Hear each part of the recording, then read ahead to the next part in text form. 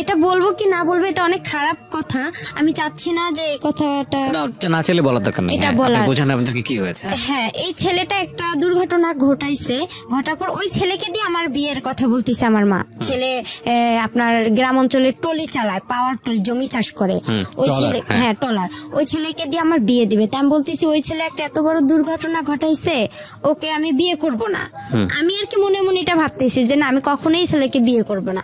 আমার বাবাও রাজি না, যে আমার মেয়ে এখনো সাবালক হয়নি। ডাক নাম রেবা। আচ্ছা, বয়স কত? বয়স 20 হবে। 20-এর মতো। জি। বর্তমানে থাকছেন কোথায়? থাকছি আপনার মতিঝিল। মতিঝিল এরিয়া, তোমার ঢাকার মধ্যে। আচ্ছা, আর জন্ম জেলা? রংপুরে। রংপুরে। তো রেবা, আপনি আমাদের অনুষ্ঠানটা শোনেন, টুকটাক শুনেছেন, এবং আপনি আজকে এসেছেন নিজের জীবন গল্পটা বলার জন্য এখানে। ঠিক আছে, শুরু করুন। আমি প্রথমত আমার মাকে নিয়ে বলতে চাচ্ছি। আমার মা বাবা যখন বিয়ে হয় আমি অনেক ছোট। জি। মানে 4 বছর হব এরকম। মানে আপনি ছোট, মানে আপনি বিয়ের পরে? আমার মা বাবা, আমি যখন আমার মানে মা বাবার বিয়ে হয়েছে আমি জন্মের পরে, আমি 4 বছর বয়স তখনই। বাট আমার মা বাবা ছাড়াছাড়ি ডিভোর্স হয়ে গেছে। এটা কি আপনার নিজের মেমোরি থেকে বলছেন, স্মৃতি থেকে বলছেন, নাকি পরবর্তীতে বড় হয়ে শুনেছেন? আসলে বড় হয়ে বলতে আমি যখন একটু হালকা বুঝমান হই তখন দাদি ফুপু বলছে, আমি জিজ্ঞাসা করছি। আপনার নিজের মেমোরিতে কি আছে? বাবা মা একসাথে থাকার কোনো মেমোরি আছে? আমার বাবা মাকে আমি একসাথে দেখিনি। আচ্ছা, আপনার মেমোরিতে নাই। হ্যাঁ, এটা বলতে পারবো না। কিন্তু আমার বাবার অবস্থা খারাপ ছিল, মা সংসারে যাই জিনিস সবকিছু নিয়ে আসছিল। নিয়ে আসার পরেও বাবা আর কি অনেক গরিব ছিল, এই জন্য মা থাকেনি, মা চলে গেছে। বাবা ডিভোর্স দিয়ে দিছে, বাবা কোনো কিছু দেয়নি। আমার বাবা গ্রামের মানুষ, আমার মা বগুড়াতে থাকে। দুপচাচি আমার মার বাসা, ওখানে আমার মা থাকে। আমার মা ওসব পছন্দ করতো না, ওনারা একদম নিম্ন পরিবারের। বাবা খুব নিম্ন পরিবারের? হ্যাঁ, বাবা খুব নিম্ন পরিবারের ছিল, অশিক্ষিত ছিল, সে কিছু বুঝতো না, আর সে কোনো কর্মও পারতো না। আচ্ছা। তারপর যাই হোক এভাবে মানে মা বাবা আমার যাই হোক সংসার হইতো। শুধু একটা কারণে আমার মা আমাকে নিয়ে নাকি, আমি জানি দাদি বলছে যে মা আমাকে নিয়ে ঘুমাইছে, আমার বাবা অনেক রাতে আসছে। আসার পরে আমার মা অনেক ঘুমান্ত ছিল, বাবা দরজা লক করছে, মা খুলতে পারেনি। এই জন্য বাবা একটা খারাপ ভাষা করে গালাগালি করছে মাকে। মা বলছে না, আমি আর তোমার সংসারই করব না, চলে যাব। পরে মা চলে গেছে, আর আসতেছে না। পরে আমার দাদি ফুপু সবাই চেষ্টা করছে যে তাকে নিয়ে আসার জন্য। আমার মা বলছে যে না, বগুড়ার মানুষ বলতেছে আমি ওর ভাত আর খাবোই না, আমার ও বাচ্চা দিলে দিবে, না দিলে না, আমি ওর সংসার করব না। এত একটা নিম্ন পরিবারে বাবার বাড়ি থেকে এত কিছু নিয়ে গেছি, তারপরেও আমার ওখানে জায়গা হচ্ছে না, বা ও আমার কথা শুনতেছে না, আমার প্রয়োজন নাই। তারপরে আমার বাবাকে একটা সুযোগ দেওয়া হয়েছিল যে আপনি ঘরটা ঠিক করেন, আমি আমার মার বাসা থেকে বাচ্চাকে নিয়ে বেড়াই আসি। তারপর আমার মা বলছে যে তুমি ঘরটা ঠিক করে আমাকে নিতে এসো। পরে আমার বাবা কি করছে, সে ঘর ঠিক না করে আমার মাকে নিতে গেছে। পরে যাওয়ার পরে যাই হোক আমার মা পরে আসছে, আয়সা দেখে যে ঘর ঠিক হয়নি, না হওয়ার কারণে পরে মা বলতেছে আমি আর থাকবো না, চলে যাব। পরে আমার মা আমাকে নিয়ে চলে গেছে। আবার যাওয়ার পরে 1 সপ্তাহ পর আমার নানি বাসা থেকে মাকে পাঠানো হয়েছে নাকি আমার দাদার বাসায়। আসার পরে আমার বাবা তখন বলে আমি আর রাখবো না তোমাকে। তখনকার হিসেবে আমার মা 10,000 টাকা, 3 ভরি স্বর্ণ, আর ঘরের যা জিনিসপাতি লাগে, চাল ডাল শুরু করে সে সবকিছু নিয়ে আসছে। তারপর আমার বাবা ওগুলো কিচ্ছুই তাকে দেয়নি। মানে মা যখন আর কি চলে গেছে, যাওয়ার পর মাকে তো দেয়নি, না দেওয়ার কারণে বাবা তো ছোট বাচ্চা, আমি অনেক জিদ করতাম, অনেক খাইতে চাইতাম। একটা মেয়ে তো মানে 4 বছর বয়স, তখন তো তার মার আদরটা সবচেয়ে বেশি প্রয়োজন হয়, বাট আমি তো সেটা পাইনি। বাট না পাওয়ার কারণে দেখা যায় বাবার কাছে সে জিদটা করছি। আমার ফুপি ছিল, দাদি ছিল, আমার দাদি অন্ধ, আমার বাবার কারণে অন্ধ হয়ে গেছে। আমার ফুপি রিলেশন করতো, রিলেশন করার জন্য আমার বাবাটা পছন্দ করতো না, আমার মা থাকাতে আমার ফুপি রিলেশন করতো। আমার মা যেহেতু ননদ আর ভাইয়ের বউ, মানে সব ফ্রি ভাবে বলতো আমার মাকে, তো ফুপি এসব করতো। আমার বাবা এসব শুনছিল, শোনার পরে দাদি বাতাস উঠছে অনেক, দাদিকে জুতা দিয়ে, বালু ছিল বাসায় অনেকগুলো, পরে আর কি বাবা জুতা দিয়ে দাদিকে মারতে গিয়ে জুতার বালুগুলো দাদির চোখে গেছিল। তারপরে আর কি বাবা অনেক মারধর করতো, মানে অনেক জিদ করতো, মানে কিছু। কিন্তু দাদি ফুপু আমাকে কেউ মানুষ করেনি। সবারই পরিবার ছোট ছিল, আবার এতটা তারা অর্থ ছিল না, সবাই দিন মজুর করতো, কে আমাকে আর দেখবে, আমি তো ছোট বাচ্চা, এত কেয়ার দিয়ে তো রাখার মতো সময় নেই তাদের। পরে বাবার কাছে জিদ করতাম, বাবা মানে এই জন্য মারতো বেশি করে আমাকে। কুয়া আছে গ্রামের যে কুয়া, আমার বাবা আমাকে কুয়াতেও ফেলে দিছিল, শুকনা কুয়া। পরে আমার মেজো ফুপুর ছেলে আমাকে উঠাইছে ওই কুয়া থেকে। দুধের জন্য অনেক কান্না করছিলাম। আর আমার বাবা তখন থানাতে, আমাদের ভ্যান্না পীরগঞ্জ বলে বড় দরগা, ওখানে থানাতে আমার আব্বা ওখানে বাবুর্চি হিসাবে কাজ করছিল। ওখানকার দারোগার ওয়াইফের বাচ্চা ছিল না, উনি আমাকে চাইছিল, আমার বাবা বলছে না দিবে না। কিন্তু সে সারাদিন সকালে যায়, রাতে থাকে, থাকার পরে আসতো, মানে তারপর আমাকে সে এতটা ভালোবাসতো না। তারপর আমার মার কাছে খবরটা চলে যায়, যার পর আমার মা বলে যে ওকে দিয়ে যাও রেবাকে আমার কাছে। তো আমার বাবা বলতেছে না, জীবন গেলেও দিব না। আর আমার আব্বু একটু বেশি থানা পুলিশ সে একটু করতো, আমার মারা আবার একটু ভয় করতো যে একটা মান সম্মানের ব্যাপার আছে, থানা পুলিশের, আচ্ছা ওর মেয়েকে ওই নিয়ে থাক। এভাবেই আমার মার সাথে আমার বাবার এখানেই সামর্থ্য হয়ে গেল।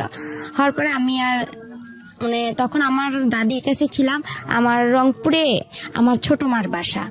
ওখানে আমার আব্বু যে বাবুর্চির কাজ করতো, ওখানে যে আবার থানাতে আরেক লোক, উনি জানি কি কাজ করতো এটা জানি না, বাট উনি আবার বলছিল যে এখানে আমাদের রংপুরে এক মহিলা আছে, তুমি কি তাকে বিয়ে করবা? ওই মহিলার হচ্ছে আগে বিয়ে হয়ে গেছে, এরকম তুমি যে বিয়ে করতেছো। তো আমার বাবা বলছে আমার একটা মেয়ে আছে, কিন্তু তাকে বলতে হবে যে আমার মেয়েটা আছে, এভাবে তাকে দেখতে হবে। তারপরে যাই হোক তারা বিয়ে করছে আমাকে। তারপরে দেখা যায় মানে হালকা আমি যে একটু বুঝি যে মা কিরকম, না এতটাও বুঝি না যে আমার ওটা সৎ মা বা এরকম। ওখানে গেলাম, আমরা ভাড়া বাড়িতে উঠলাম রংপুরে শহরের ভিতরে। ভাড়া বাড়িতে ওঠার পরে আমার আব্বা ওখানে আপনার প্রথমে কাঁচামালের ব্যবসা দিল। কাঁচামালের ব্যবসা দেওয়াতে আমার আব্বু অনেক লস খাইলো। লস খাওয়ার পরে সে মানুষকে অনেক বাকি টেকে দিয়ে আমার সৎমা বাবার বাড়ি থেকে জায়গা বিক্রি করে আনছে। তারা আবার একটু স্ট্যান্ডার্ড ফ্যামিলি, সে আবার পছন্দ করতো না যে সে একদম রিক্সা চালাক, ভ্যান চালাক, এটা তার একটা মানে মান সম্মানের ব্যাপার ছিল, সে চাইতো না। সে জায়গা বিক্রি করে না, তাকে ওটা যে সে দেখে সেটাতেও লস খাইলো। পরে তাকে কি করা হলো, রিক্সাতে দেওয়া হলো।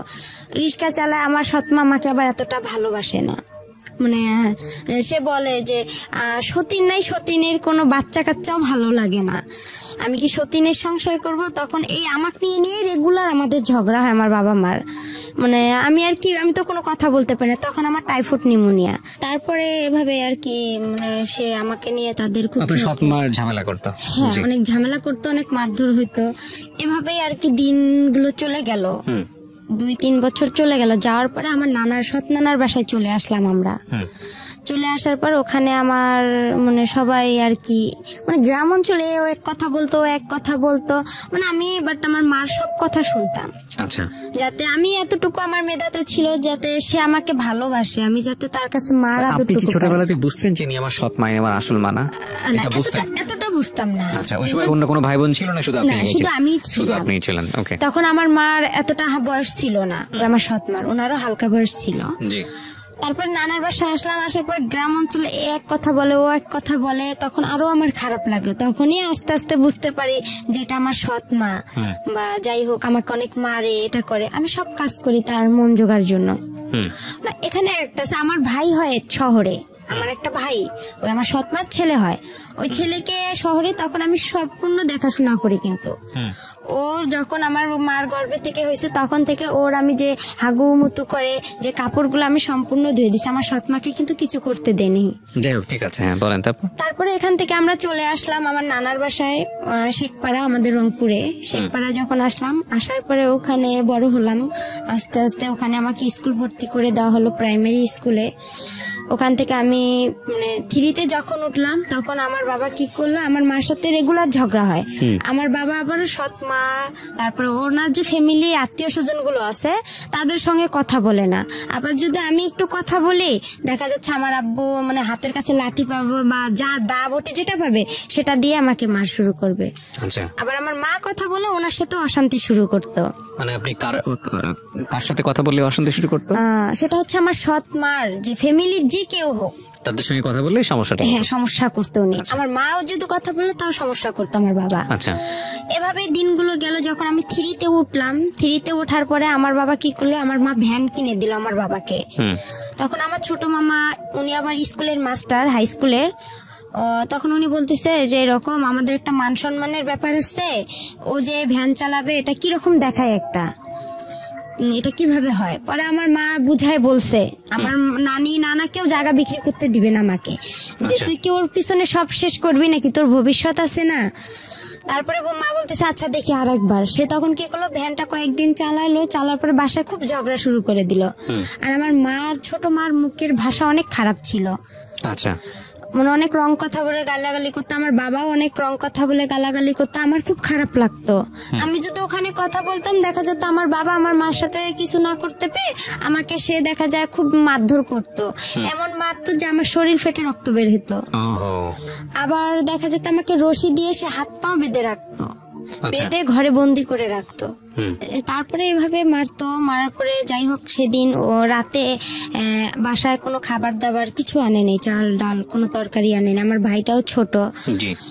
তারপরে ও একটু হাঁটে আস্তে আস্তে, ওরও মনে হয় 3 বছর কি 4 বছর। তখন বাবা কি করলো, আমি 3তে উঠলাম, আমার ফাইনাল পরীক্ষা দিতে হবে।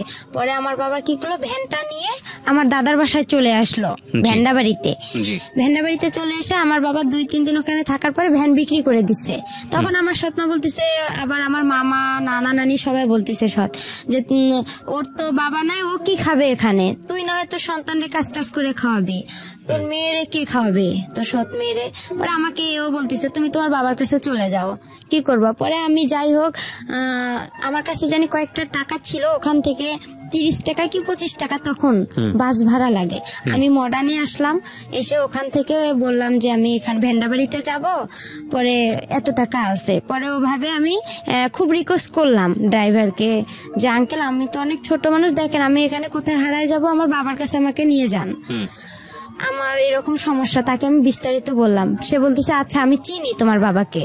আচ্ছা, পরে আমাকে নামাই দিল আমার আবার রাস্তার সঙ্গে আমাদের বাসা, আমার বড় ফুপির বাসা, মেজো ফুপির বাসা। আমি নামলাম, নামে কান্না শুরু করে দিছি। আমি সকাল থেকে কিছু খাইনি অনাহারে, আবার আমার পরীক্ষা। আর তারপরে আমি বললাম যে আমার তো এরকম পরীক্ষা, আমার পরীক্ষা পরে দেওয়া হলো না, পরে বাবার সঙ্গেও দেখা হলো না। না দেখা হওয়ার কারণে পরে বাবা মানে সন্ধ্যার দিকে বাবার সাথে দেখা হলো যে আপনি আমাকে ছেড়ে আসছেন কেন। তারপরে বললাম যে আমি কি খাবো, ওখানে তো আমাকে বের করেছে, তুমি তো তোমার সৎ মায়ের কথা মতন চলো, ইয়া করো, তো ওখানেই থাকতো, এখানে আসছো কেন বাবা বলছে এটা। হ্যাঁ, তো আমি বলতেছি তখন কোথায় ছিল, বাবা তখন দাদার বাসায় ছিল। আচ্ছা, তখন আমি বললাম যে আমি ওখান থেকে কি করব, ওরা সবাই আমাকে এই কথা বলতিছে। পরে ওখানে থাকলাম। ক্লাসে পড়েন তখন? তখন আমি 3তে। ওকে। তারপরে বাবা ওখানে কয়েক মাস থাকার পরে দেখা যায় আবার আমরা কি করলাম, বাবার আর মানে ভ্যানটা বিক্রি করে খাওয়া আর তো কিছু নাই তার, সে বিক্রি করে খাবে। আমার দাদি তো অন্ধ, তারও কিছু জিনিস ছিল, সেগুলোও সে দেখা যায় কিছু টাকা ছিল তার বয়স্ক ভাতা, এগুলাও সে মানে ঘরে চাল ডাল ছিল, বস্তা ছিল চালের, ধান ছিল, এগুলো সম্পূর্ণ খাওয়ার পরে আমার দাদিকে আর দেখতে পারে না। আমার দাদি কিন্তু অন্ধ। যাই হোক, এটা হওয়ার পরে বাবা কিছুদিন পর আমাকে নিয়ে আবার রংপুরে চলে গেল, শহরে লালবাগে, কারমাইকেল কলেজের অপোজিট সাইডে, ওখানে আবার বাসা ভাড়া থাকে। ওখানে আমরা বড় একটা রুম নিলাম ছোট দেখে, আমার বাবা ওখানে রিক্সা নিল। পরে ওই আমার যে নানার বাড়ি, সৎ নানার বাসা, ওখান থেকে কিছু মামারা যাওয়া আসা করে, কাঁচামালের ব্যবসা আপনার সিও বাজারে, পৌর বাজারে তারা যায়, তাদেরকে আমি দেখি, বলি যে রেবা খালেদার মেয়ে, আমার সৎমার নাম ছিল খালেদা, বলে খালেদার মেয়ে। পরে এই কথা বলার পরে তা আমি বলতাম মামা আমরা তো এখানে আসছি, এরকম বিষয় দেখেন মা আর আব্বু আবার একসঙ্গে করা যায় নাকি। পরে আমি আবার অসুস্থ হইলাম, অসুস্থ হওয়ার পরে আমার বাবাকে বললাম যে আপনি কাউরে না কাউরে ধরেন, আবার ওখানে যাইতে হবে, আমার পরীক্ষা দিতে হবে। 1 মাস পরে কিন্তু আমরা আসছিলাম এখানে। পরে 1 মাস পরে আবার কি হলো, 1 মাস থাকলাম শহরে ভাড়া বাসায়, আমার আব্বা রিক্সা চালাইলো। পরে আমার আব্বু এর হাত ধরে ওর পা ধরে যে ভাই আপনি একটু চেষ্টা করেন, দেখেন কি করা যায় না যায়। এভাবে মনে করেন আমার আব্বু একটু একটু করে আগাইলো, আগার পরে আমার মা আবার তাকে নিল। আচ্ছা, আবার নেওয়ার পরে সে আবার ওখানে গেল, যার পরে তাকে বলা হলো যে আপনি ওদের সাথে কি কথা বলতে দিবেন, যারা আমার বাবাকে আমার মার সাথে যোগাযোগ করে দিচ্ছে তারা বলতেছে যে তুমি কি পারবা খালেদার বাবার মার সাথে কথা বলতে দিবা। তো বলতেছে হ্যাঁ আমি সব করব, আমি ইসলামের উপর বনসই করব।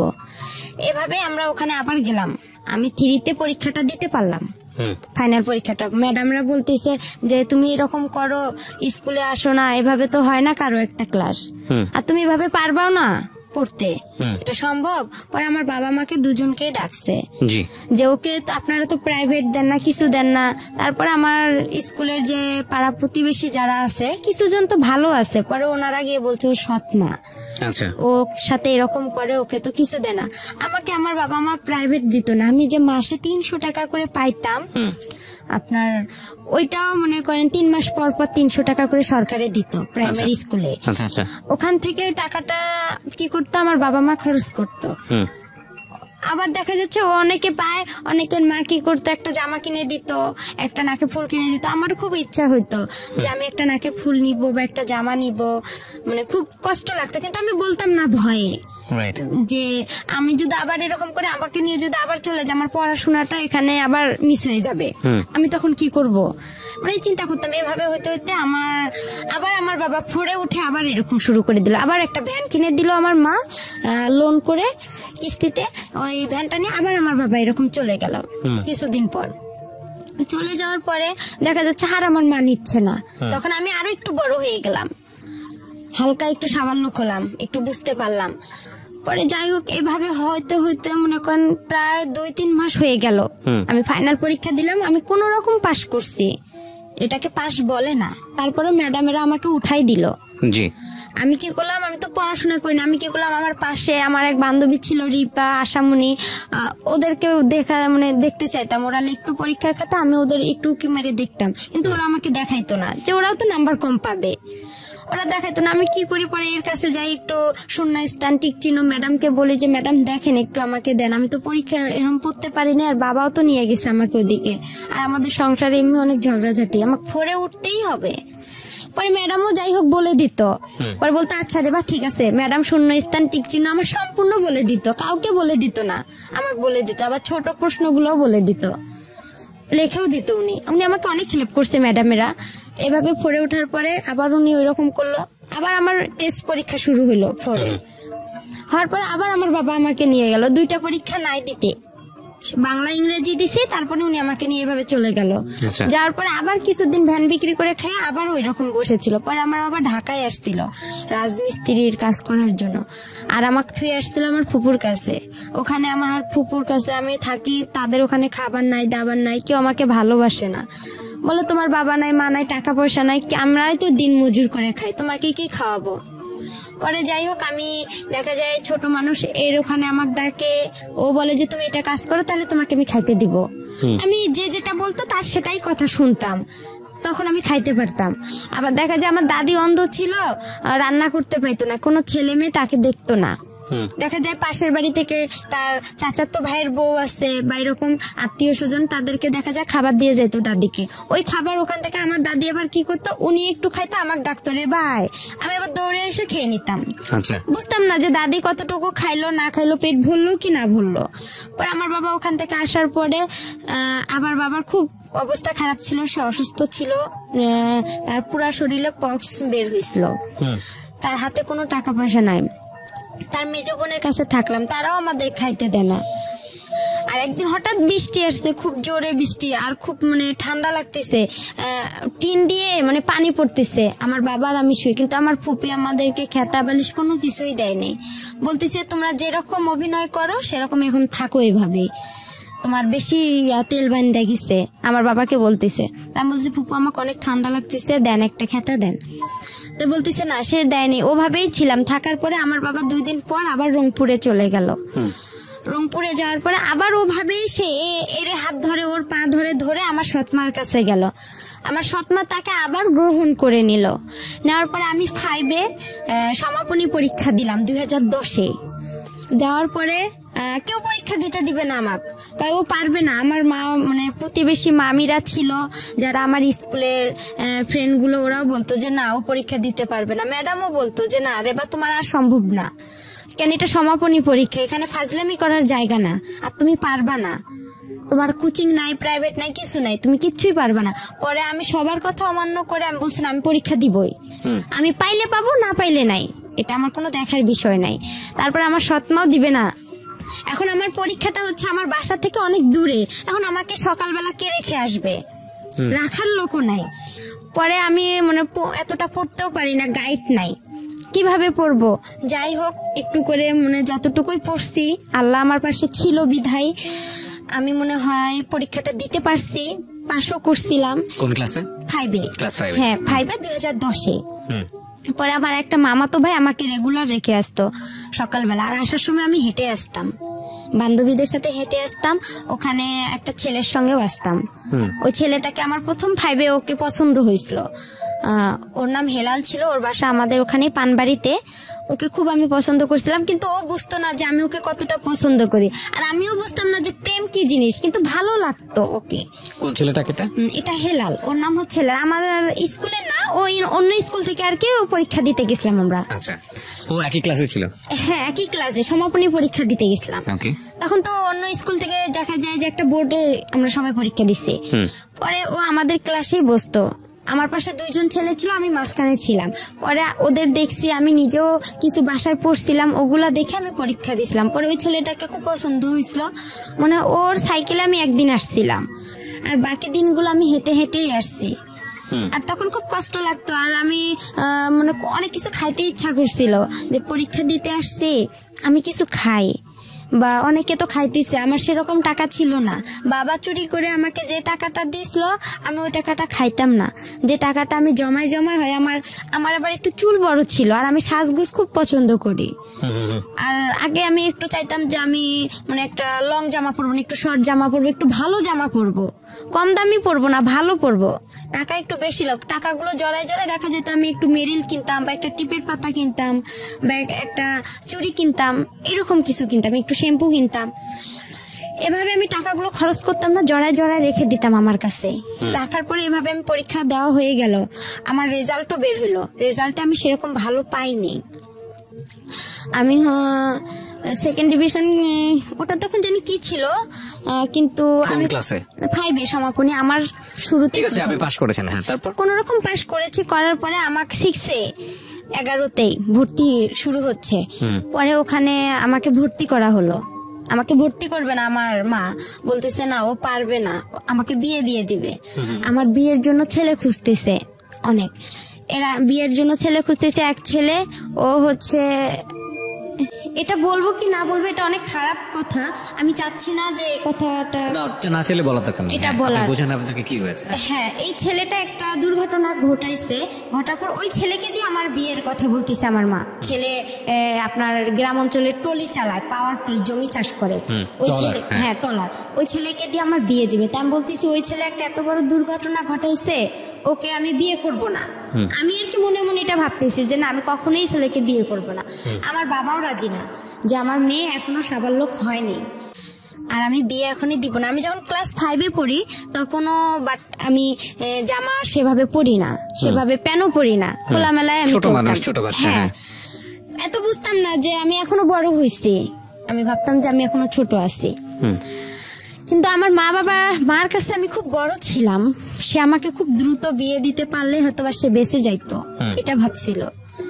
কিন্তু সে আমাকে অনেক জিদ করে বিয়েটার কথা বলছিল। আমি পরে আমার বাবা বলছে না, আমিও বলছি যে না আমি বিয়ে করব না। এখন আমি ইউসেফ টেকনিক্যাল আমাদের ওখানে শুরু হয়েছে, ওখানে আমি ভর্তি হব। আচ্ছা, টেকনিক্যালে আপনি কি করবেন? টেকনিক্যালে ওখানে হচ্ছে আপনার ট্রেড অনুযায়ী কাজ শেখাচ্ছে। আপনি কাজ শিখবেন ওখানে? হ্যাঁ, লেখাপড়া বাদ দিয়ে আপনি কাজ শিখবেন? হ্যাঁ, শিখছে। আমি ভর্তি হলাম। 6-এ ভর্তি হওয়ার পরে আমার ওই মার যে ছোট ভাই, উনি আবার হাই স্কুলের মাস্টার গণিতের, আর ওখানে আমার সব মানে ফ্রি করা হলো না, একটা হাফ ফ্রি ফুল ফ্রি আমার উপবৃত্তি ওখানে দেওয়া হলো। দেওয়ার পরে আবার 6-এ পড়ার সময় আবার আমার বাবা পাগলামি শুরু করে দিল, আগেরটাই। আবার উনি চলে গেল। যাওয়ার পরে আমি আর চলে গেলাম না, আমিও থাকলাম। থাকার পরে দেখা যায় আমার বাবা আসতেইছে না। আর তখন আমার মার বার ভ্যানটা দেয়নি, ভ্যান বাসায় ছিল। পরে আবার বাবা চলে গেল। পরে আমিও আবার 2-3 দিন এখানে থাকার পরে, রংপুরে থাকার পরে, নানার বাসায় থাকার পরে আমিও চলে গেলাম দাদার বাসায়। যাওয়ার পরে আবার বাবাকে নিয়ে আসলাম। নিয়ে আসার পরে আবার আমরা ভাড়া বাড়িতে উঠলাম। ওখানে আমার মিস গেল। যাওয়ার পরে আবার আমরা ভাড়া বাড়িতে উঠলাম। ওঠার পরে আবার ওখানে আমার বাবা আবার রিক্সা নিল। ওভাবে আমাদের মনে করেন 2-3 মাস চলে গেল। যাওয়ার পরে আমার বাবা কি করলো, আমার এক মামাকে আবার ধরলো যে আমি বাসায় যাব। আবার আপনি কি করবেন?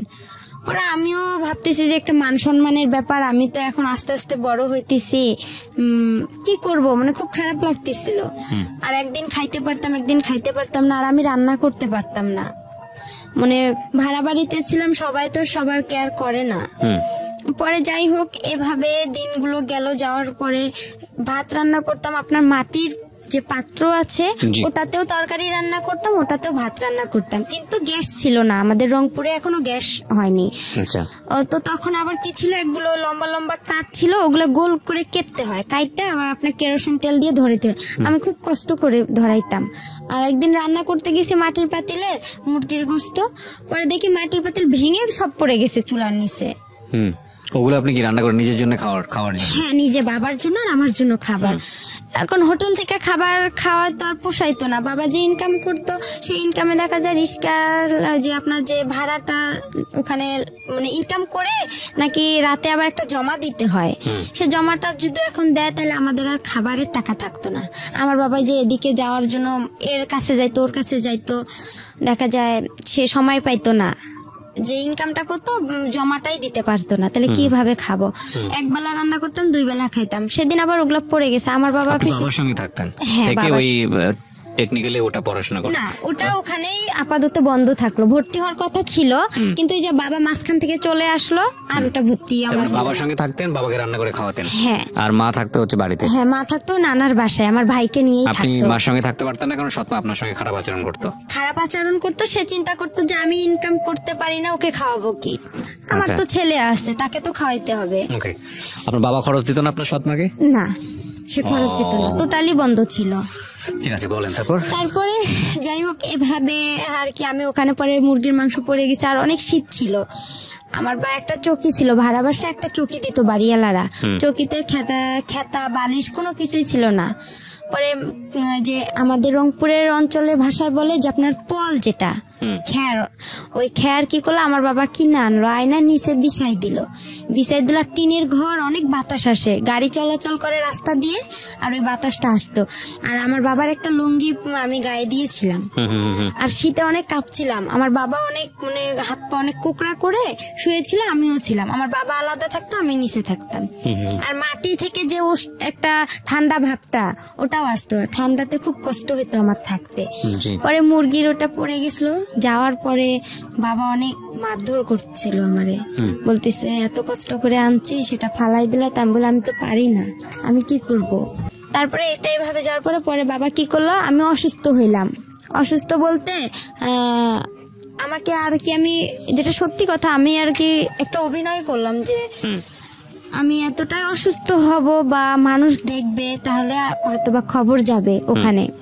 আমার লালবাগ থেকে আমার মার বাসা আপনার আর কি ভ্যানে বা রিস্কায় গেলে 20 টাকা লাগে। ওখানে গেলাম, ওখানে যাওয়ার পরে তারপরে হচ্ছে আর কি বাবা কি করলো, হ্যাঁ বাবা আবার কি করলো, আবার লোক ধরলো। আমি অসুস্থ হইলাম অনেক, মানে এই মামা যায় হাটে, ওই মামা যায় বাজারে। পরে ওদেরকে বললাম যে এরকম, আমার বাবা আবার বলতেছে আমার মেয়েটা খুব অসুস্থ। পরে আমার মাকে আবার যা বলছে যে এরকম ওর মেয়ে হচ্ছে রাস্তায় কাগজ কুড়াচ্ছে, মিথ্যা কথা আর কি বলছে। হ্যাঁ, সৎমাকে বলছে। পরে আমার বাবা আবার কি করছে, এই কথা শুনতে পারছে, শুনতে পাইরা আবার বলতেছে যে তুই কি কাগজ কুড়াইছিস? তা আমি বলতেছি না, আমি এসব জানি না।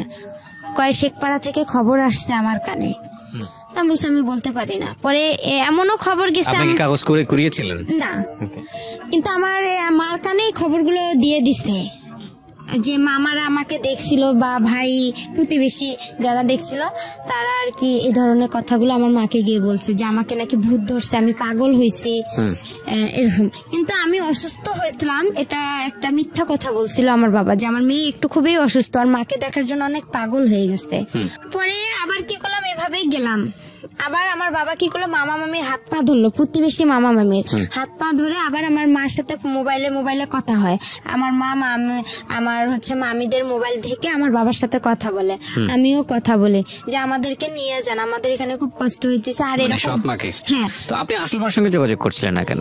আসল মার সঙ্গে যোগাযোগ করছিলাম, বাট ওই সময়টাতে যোগাযোগ করেছিলেন না? না, কেন করেননি? করিনি, আমি তো তার বাসা চিনি না। বাবাকে বলেননি কখনো যে বাবা আমাকে আসল মা? তার কথা বললে বাবা অনেক মারধর করতো। ঠিক আছে, ওকে, পয়েন্ট। তারপরে এভাবেই হচ্ছে, আবার গেলাম ওখানে, যাওয়ার পরে বিচার সালিশ বসলো। আমার বাবা আবার আমাকে শিখাই দিছিল যে তুমি ভূতের অভিনয় করবা। পরে আমি আবার কি করলাম যে আমার মাথা ভারী হয়ে গেছে, আমার খুব খারাপ লাগতেছে, হাত পা জ্বালা করতেছে। মানে কিসের জন্য? আমাকে বলতেছে যে তুমি এরকম করলে তোমার মা তোমাকে ওখানে রাখবে, আমাকেও রাখবে। আচ্ছা, পরে আর কি যাই হোক, আমি বলতেছি আমার হাত পা, আমাকে যেভাবে আর কি আমার বাবা বলছিল যে তুমি এভাবে বলবা যে আমার মাথা ঘুরাইতেছে, আমার খারাপ লাগতেছে, তখন আমি এভাবেই বলছি। বলার পরে আমার কি করলো, আমার মামা বলতেছে তাহলে ডক্টর ডাকি, তাহলে ওই যে আমার আবার সৎ না, উনি আবার কবিরাজ ছিল, বলতেছে ওনাকে ডাকি। পরে উনি যাই হোক ডাইকা গা ঝাইরা দিছে। আমি আর পাইতেছি না যে আমি আর কি বলবো না, আর এসব করাটা ঠিক না, আমি মনে মনে চিন্তা করতেছি। পরে আমি পানি টানি খেয়ে একদম ফুল রেস্ট নিলাম। পরে দেখতেছি ওরা সবাই মিলে যাই হোক আমার মা আর বাবাকে একসঙ্গে করে দিল। দেওয়ার পরে ওখানে থাকলাম, থাকার পরে 2-1 মাস হয়ে গেল। হওয়ার পরে আবার আমি 6-এ ক্লাস করতেছিলাম, তখন আমার ছোট মা বলতেছে যে এরকম করাটা কি ঠিক? পরে আমার তো কোচিং নাই, 6-এ সবাই ভর্তি হয়ে আপনার গণিত, ইংলিশ সেকেন্ড পার্ট, এগুলোর বিজ্ঞান, এগুলোর কোচিং করে। তখন ওরা সবাই বলতেছে কিরে রে বা তুই মিঠু স্যারের কাছে ইংরেজি পড়বি?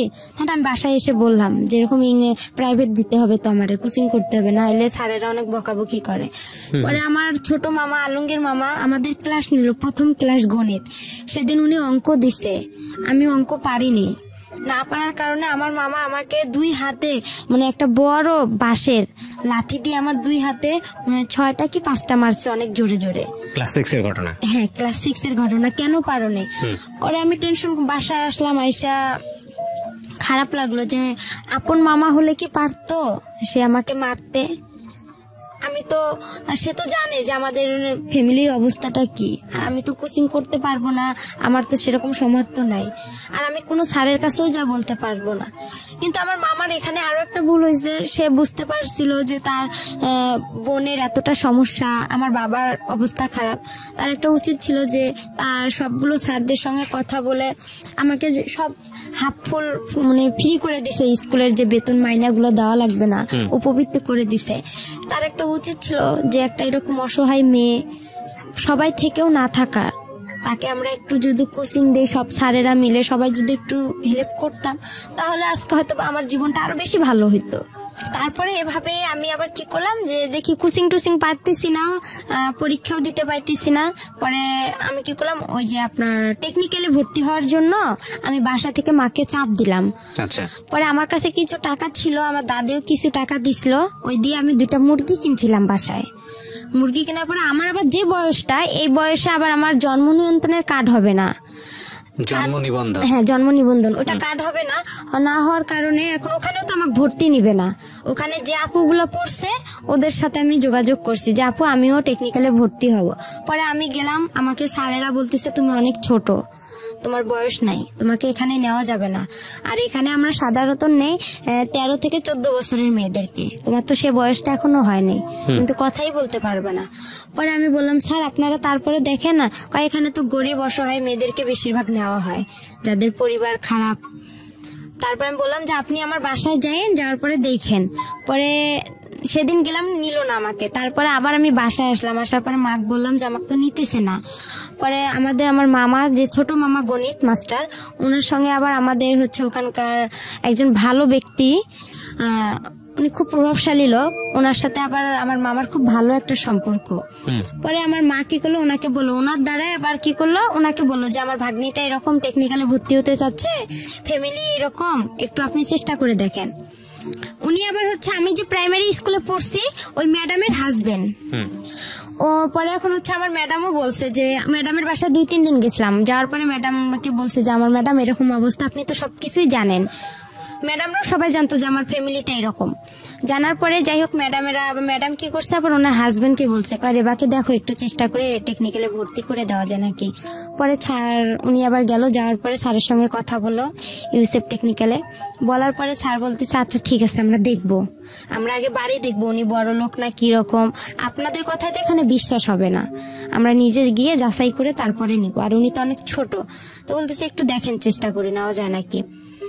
পরে এভাবে ওনারা আসলো, আসার পরে আমার বাসায় আমার এক খালা ছিল প্রতিবেশীও, পরে বলতেছে রেপাদের বাসা কোনটা, পরে আমি ওখানে আবার নাম চেঞ্জ করছিলাম, আমার নাম হচ্ছে আবার রেবা, 2 জন ছিলাম আমরা থাকার কারণে নামটা হচ্ছে আমার সাথে আরেকটা আপু ছিল, উনি আবার বলতেছে তুমি এত অসহায় তো তোমার নামটা একা দিয়ে দেই।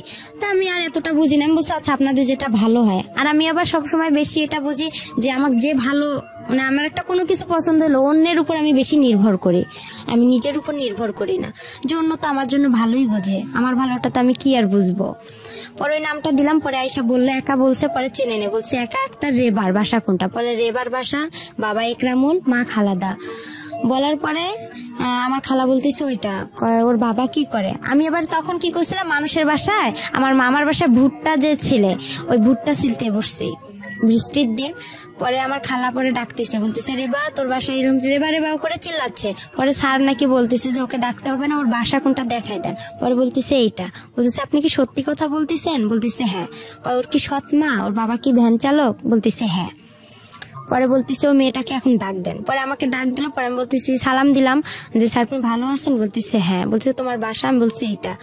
তুমি যে ওই পাকা বাসা থেকে বের হয়ে আসলা, তা বলতেছে স্যার ওটা আমাদের বাসা না, আমি ওখানে ভুট্টা খুলতে গেছিলাম আর কি, ভুট্টা খুললে আর কি ওগুলা খড়ি, আমাদের অঞ্চলে বলে যে খড়ি লাকড়ি রে, ওইটা আনার জন্য গেছিলাম। তোমার মা, আমি আমার মা তো গরুর জন্য ঘাস কাটতে গেছে আর আমার বাবা ভ্যান নিয়ে গেছে। বলার পরে বলতেছে আচ্ছা তুমি তাহলে পরীক্ষা দিতে আসো অমুক দিনে। পরে আমি পরীক্ষা দিতে গেলাম, ছাত্র এক বলতেছে তোমার বয়সটা বাড়াইতে হবে। পরে আমি কি করলাম, মা আসলো ঘাস কাইটা, আসার পরে মুরগির মাকে বললাম যে এরকম স্যার আসছিল বাসা দেখার জন্য, দেখছে আমারে ডাকছে, মানে জন্ম নিবন্ধন, তারপরে চেয়ারম্যান সার্টিফিকেট, স্কুলের 8 পাসের সার্টিফিকেট লাগবে। তখন তো আমি 6-এই পড়ি। পরে এখন মামাকে বললাম, মামাকে আবার মুরগি বিক্রি করলাম, মুরগি বিক্রি করে আমাদের চেয়ারম্যানের যে সার্টিফিকেট জন্ম নিবন্ধনটা ওইটা, চেয়ারম্যানের সার্টিফিকেট, ওখানে 100 টাকা দিয়ে ওই 2টা উঠাইলাম, বয়স বেশি দিলাম, নামও চেঞ্জ করলাম। করার পরে এখন 8-এর সার্টিফিকেট, এখন ওই আমার আলমগীর মামাকে, ছোট মামাকে বললাম, তো বলতেছে টাকা লাগবে। তো এখন আমি বলতেছি মামা অল্প কিছু করে টাকা নেন, আমার কাছে তত টাকা নেই, আবার ছবি উঠাইতে হবে, আমার ছবি জমা দিতে হবে। পরে আর কি জন্ম নিয়ন্ত্রণের কার্ডটা নিলাম, তারপরে আপনার চেয়ারম্যানের সার্টিফিকেট নিলাম, 8 পাসের সার্টিফিকেটটা 100 টাকা দিয়ে নিলাম, নিয়ে ওগুলো সব জমা দিলাম। জমা দেওয়ার পরে স্যারেরা আমাকে নিবে না, আরেকটা স্যার আমাকে নিবে না, হেড স্যার ওখানকার, বলতেছে না এই মেয়ে চলবে না। পরে স্যার বলতেছে স্যার আপনি নেন। আমার জন্য ওই স্যার অনেক রিকোয়েস্ট করছে স্যারকে, তারপরে উনি আমাকে নিল, নিয়ে আমি ট্রেডে ভর্তি হলাম, টেইলারিং এ আর কম্পিউটারে। ওখানে আবার 1 বছরের কোর্স, 6 মাস হচ্ছে আপনার মহিলাদের কাজ শিখায়, 6 মাস পুরুষদের কাজ শিখায়। ওখান থেকে আপনার আবার টাকাও দেয় ওরা, প্রতি মাসে 300 করে, খাতা কলম সবকিছু ফ্রি। ওকে, ওখান থেকে সবকিছু। পরে ওখানে আমি কাজ শিখলাম 1 বছর, 1 বছরে আমার 100 টাকা করে জমা থাকলো, 1200 টাকা। ওরা 400 করে দেয়, 100 করে ওখানে কাইটা রাখে। যখন আমরা ওখান থেকে বের হয়ে আসি তখন উনি 1200 টাকা স্যারেরা দিয়ে দেয়, আর ওনারা ওখান থেকে চাকরি দিয়ে দেয়। পরে আমি এভাবে পড়তেই থাকলাম, 6 মাস হয়ে গেল। হওয়ার পরে আমি যেই হোক আমাকে বাসা থেকে আমি যে টাকাটা খরচ করি, এই টাকাটা আমার বাবা মা হিসাব চায়, বলতেছে টাকাটা তুমি দাও। পরে আমি ওই টাকাটা দিয়ে কি করে, আমি একটু ক্রিম কিনি বা আমার যেটা খাইতে মন চায় আমি ওইটা খেয়ে ফেলি, টাকাটা আমি বাসায় দিই না।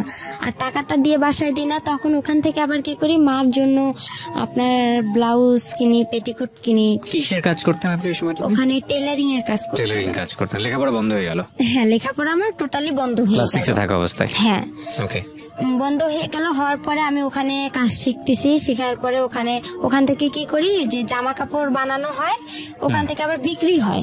তা আমি আবার কি করি, সবাই সবার মার জন্য নেয়, আমি আমার মার জন্য ব্লাউজ পেটিকোট এগুলো ওখান থেকে বানাই নিতাম টাকা দিয়ে। আমার যে টাকাটা পাইতাম আমি প্রতি মাসে, 1 মাস পর পর 300 টাকা, ওইটা দিয়ে আমি কি করলাম, আমার মার জন্য ব্লাউজ নিতাম, এটা নিতাম, আমার ভাইয়ের জন্য নিতাম, বা মাঝে মধ্যে বাসায় খাবার টাবারও নিয়ে আসতাম। এভাবে আমার কয়েকটা দিন চলে গেল প্রথম নতুন ভর্তি অবস্থায়। যাওয়ার পরে তারপরে আবার কি করলো, আমি হচ্ছে ওখানে আমার যে ওই আমার মা, সৎ মার বড় ভাইয়ের ছেলে, নাম ওর হচ্ছে আলামিন। তখন এখন আমি আবার কি করলাম, আমার ছোট অবস্থায় আমি আবার রিলেশন মানে এতটা বুঝতাম না, কিন্তু ভালো লাগতো।